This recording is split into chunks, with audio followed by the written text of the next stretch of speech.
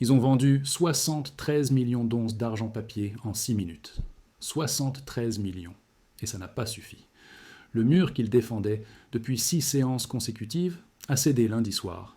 Ce soir, les banques ne dorment pas. Les chambres de compensation tournent à plein régime. Et demain matin, à 10h15 exactement, quelque chose va se produire sur le marché de l'argent qui ne s'est pas vu depuis mars 2020.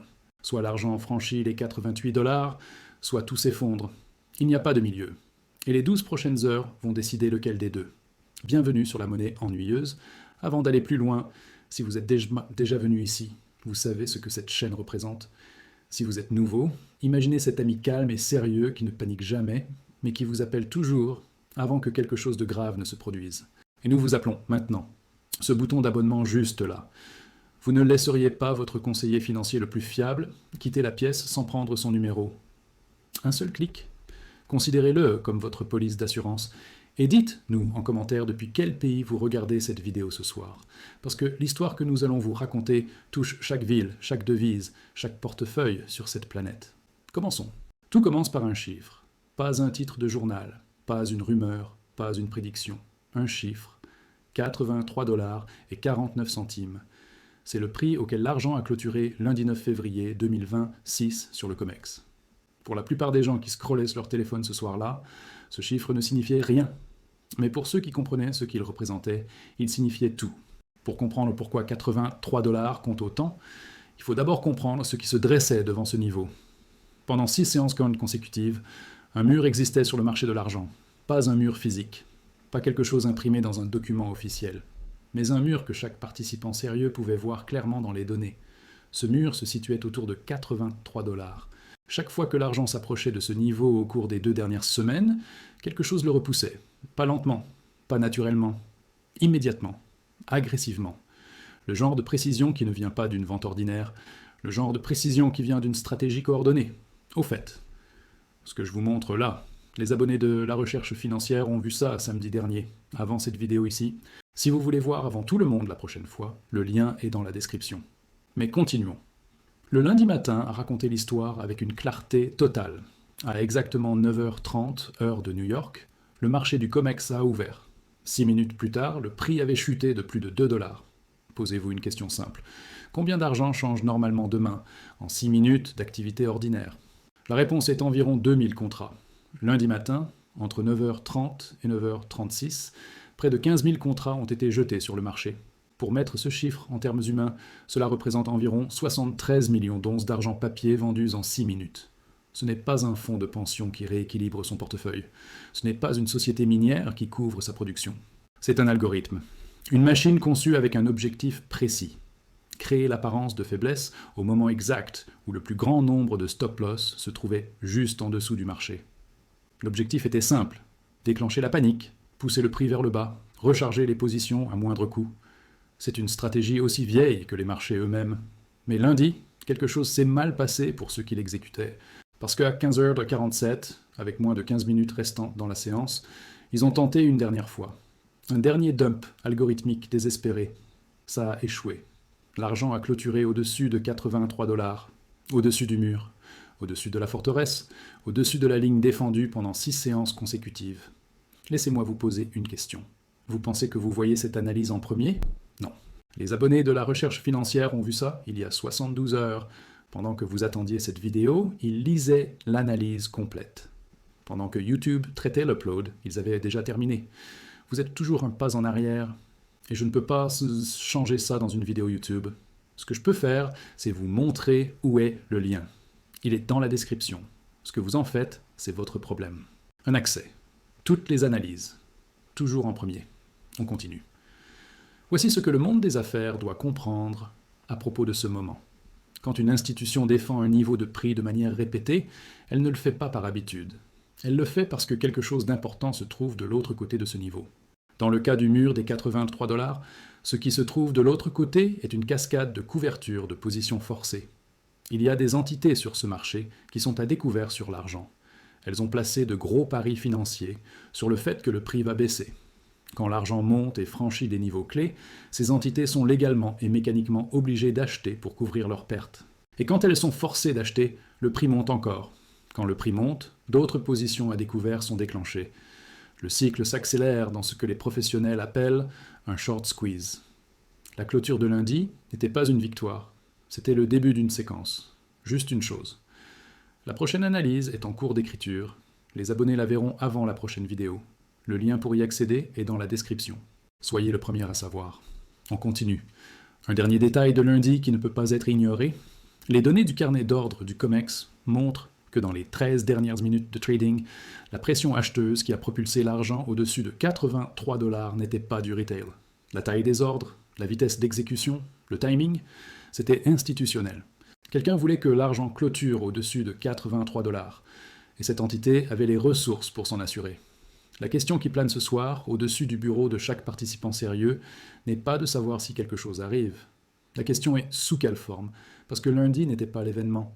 Lundi était la mise en place, et mardi est le chapitre où l'histoire s'écrit. La plupart des gens ne lisent jamais les petits caractères, et c'est précisément comme ça qu'ils se font détruire. Il existe une règle sur les marchés financiers qui se tient en arrière-plan de chaque transaction jamais exécutée. Elle ne fait pas les gros titres. La plupart des investisseurs particuliers n'ont jamais entendu son nom. Mais ce soir, cette règle est le mécanisme le plus important de tout le système financier mondial. T plus 1. Ça semble inoffensif. Ce n'est ni inoffensif ni ennuyeux. Voici ce que T plus 1 signifie.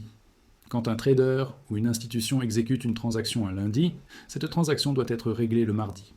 Le règlement signifie que l'échange réel d'argent et de contrats doit être complété, finalisé, bouclé. Pas de prolongation, pas de négociation, pas d'appel à la chambre de compensation pour demander plus de temps. L'horloge démarre au moment de l'exécution. Et lundi 9 février 2026, un nombre énorme de transactions ont été exécutées. Considérez la position des institutions qui ont passé lundi matin à déverser près de 15 000 contrats en 6 minutes. Elles ont vendu des contrats qu'elles ne possédaient pas. C'est la vente à découvert. Et sur le marché de l'argent papier, c'est parfaitement légal. Les institutions empruntent des contrats, les vendent cher, attendent que le prix baisse, les rachètent moins cher et empochent la différence. Toute la stratégie repose sur une hypothèse critique, que le prix baisse. Lundi, l'argent n'a pas baissé. Il a clôturé au-dessus de 83 $. Au-dessus du mur défendu pendant 6 séances. Et maintenant, à cause de T plus 1, chaque position à découvert ouverte lundi doit être résolue avant la clôture de mardi.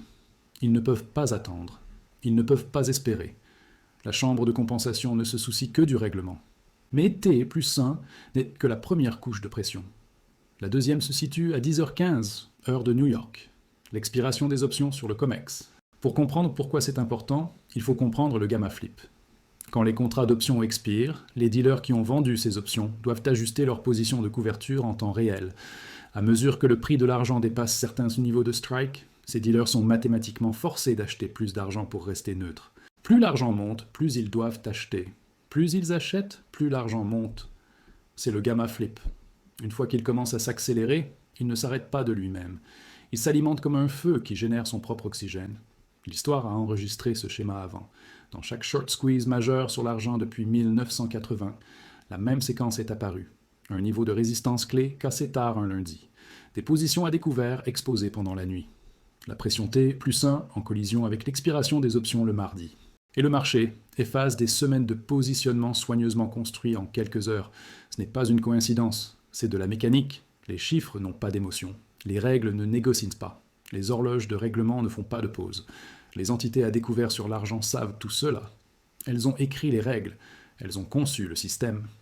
Ce qui signifie que l'une de deux choses est vraie ce soir. Soit elles ont un plan, soit elles font tourner des chiffres qui ne fonctionnent pas en leur faveur.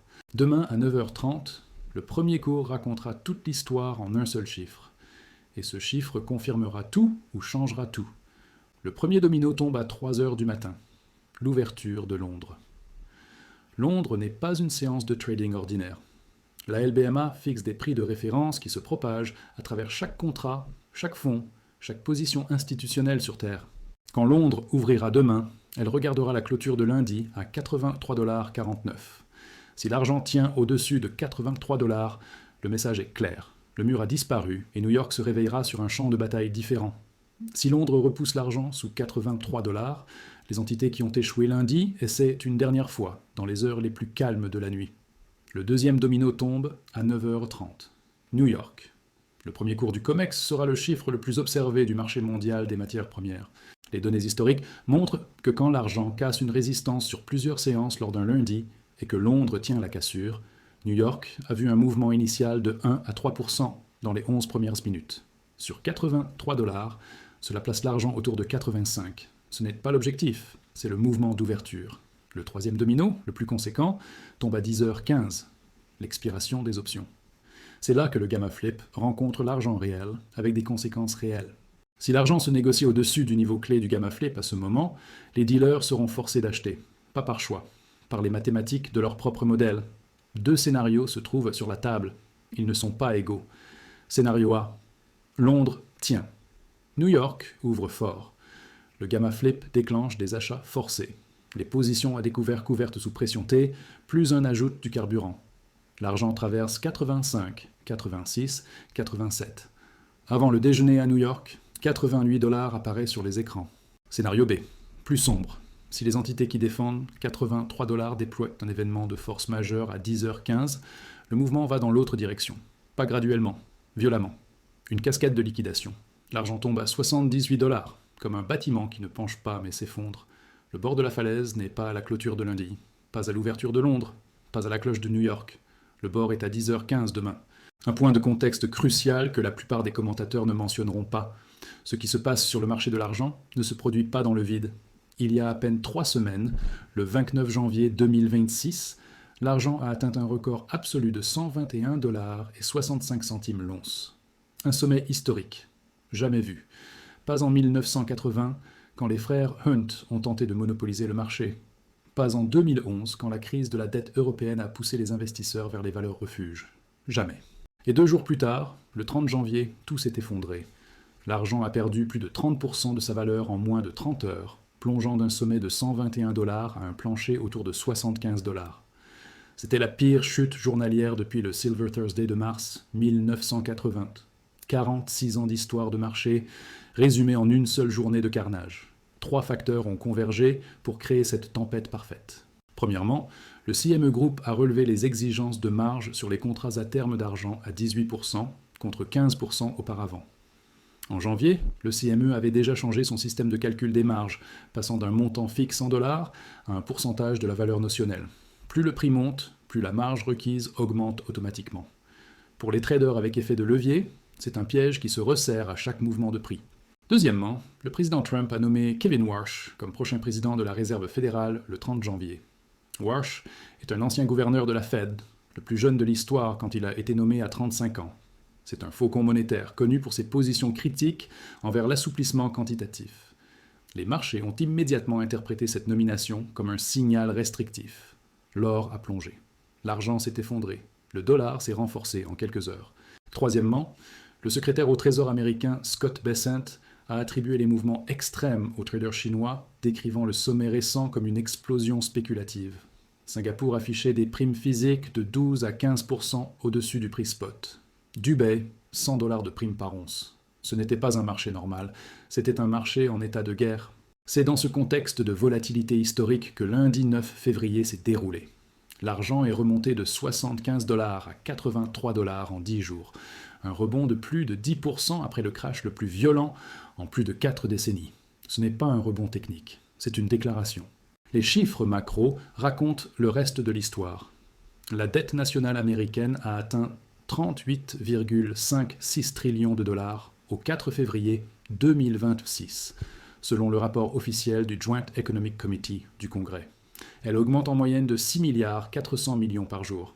Les banques centrales du monde accumulent de l'or à un rythme sans précédent, 230 tonnes au seul 4e trimestre de 2025 selon le World Gold Council. L'argent fait face à un déficit structurel pour la 5e année consécutive selon le Silver Institute, avec une demande industrielle solaire qui consomme à elle seule plus de 120 millions d'onces par an. Mais rien de tout cela ne compte si vous ne savez pas quoi en faire. Le premier principe pour naviguer demain est simple. Connaissez votre chiffre avant l'ouverture du marché. Pas pendant, pas après. Avant. Chaque participant sérieux devrait avoir répondu à 3 questions ce soir. À quel prix ma position devient ingérable? À quel prix la thèse devient invalide? Et à quel prix je prends mes bénéfices même si le marché semble monter? Le deuxième principe est le dimensionnement des positions. Les jours d'expiration qui suivent des cassures de résistance montrent une fourchette moyenne de 4,3% du bas au haut. Sur 83 $, c'est un mouvement de 3,60 $ en une séance. Pour une position avec levier, ce n'est pas une fluctuation, c'est un événement qui définit un portefeuille. Le participant sérieux réduit sa taille avant l'événement. Survivre à la première heure vaut plus que n'importe quel prix d'entrée. Le troisième principe concerne les 3 € d'attache. À 3 heures du matin, observez si l'argent tient au-dessus de 83 $. À 9h30, confirmez que le setup est intact si New York ouvre au-dessus de 83,50. À 10h15, exécutez le plan sans improviser.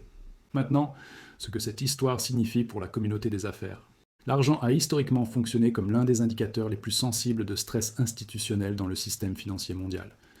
Ce qui se passera demain matin sur le COMEX est un signal sur la liquidité, la confiance institutionnelle et le stress sous la surface. Les banques qui ont défendu 83 $ sont les mêmes banques qui accordent des lignes de crédit, financent les stocks et traitent les salaires de millions de personnes. Quand ces institutions sont sous pression, les effets voyagent, silencieusement d'abord, puis tout d'un coup. C'est ce que la monnaie ennuyeuse a toujours cru. Que l'information financière la plus importante arrive dans des horodatage, dans des données de carnet d'ordre, dans des règles de règlement que personne ne lit, jusqu'à ce qu'il soit trop tard. Lundi a donné au monde un horodatage. 83,49 $ le 9 février 2026. Demain donnera au monde une réponse. Soit l'argent fait son retour et 88 $ devient réalité avant le déjeuner. Soit le système repousse plus fort qu'il ne l'a fait depuis des années. Dans les deux cas, l'observateur sérieux ne sera pas surpris, parce qu'il a lu les petits caractères, il a regardé l'horloge, et il a construit son cadre avant que les camions ne commencent à traverser. L'histoire a été racontée. L'horloge tourne encore. La décision vous appartient. Abonnez-vous, activez la cloche de notification, et on se retrouve demain avec les derniers développements.